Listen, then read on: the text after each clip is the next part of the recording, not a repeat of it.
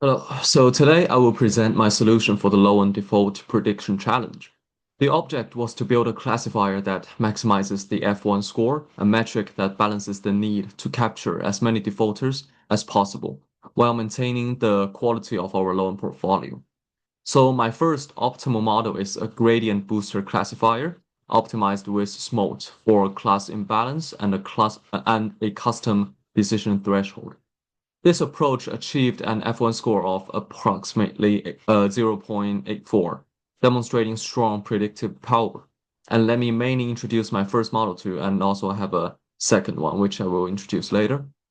So for the first one, uh, I first did feature engineering, and is the data loading and cleaning, and here is the feature engineering pre-processing.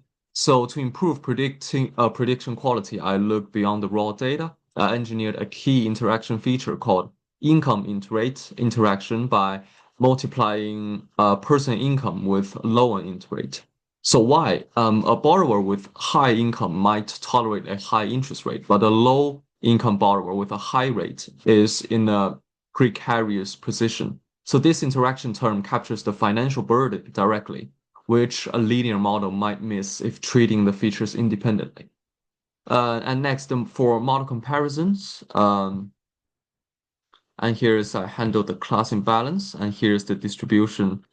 Um, and for model comparison, I compared three distinct models to understand the data's complexity. First one is the logistic regression. This served as the baseline. It achieved an accuracy of 86.4%, but a significantly low F1 score of 0.76. Its linear nature struggled to capture complex risk patterns. So let me show you the result, which is here. And for random forest, this model improved performance drastically of a 0.83 F1 score by using an ensemble of decision trees to capture non-linearities. And third one is the XG boost. This was the top performer with a 0.84 F1 score.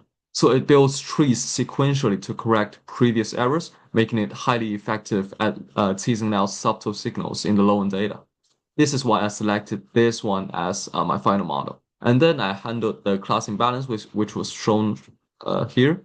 The data set was heavily imbalanced with non-defaulters outnumbering defaulters by roughly 3.5 to 1. So to address this, I used a SMOT on the training data.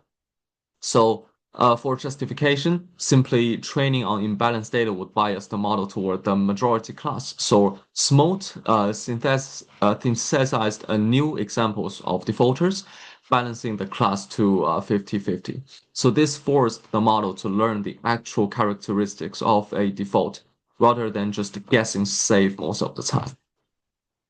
And finally, I did the hyperparameter tuning. I implemented the randomized search CV to tune the XGBoost hyperparameters.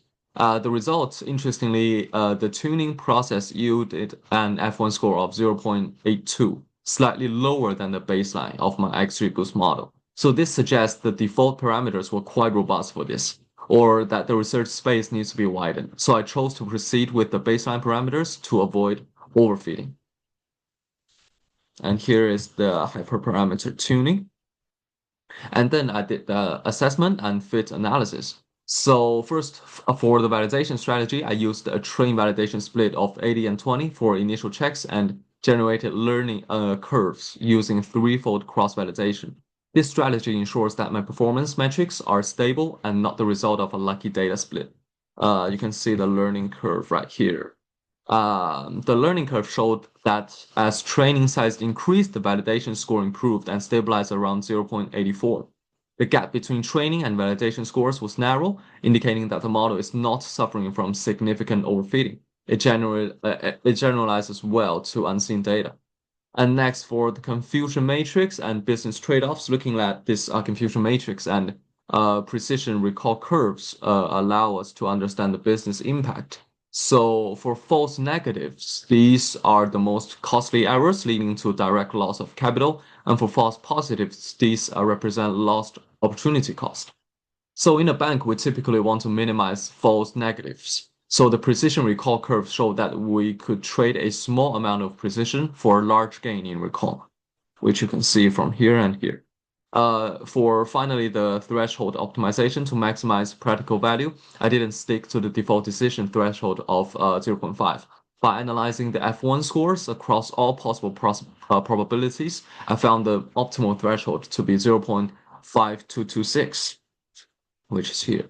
The impact is that adjusting this threshold allowed me to fine-tune the model's sensitivity, pushing the F1 score to its maximum of 0.8418.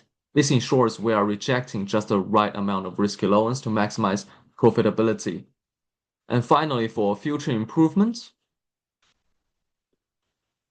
for like external data, if I had more time, I would incorporate macroeconomic data, such as the unemployment rates or the customer price indices.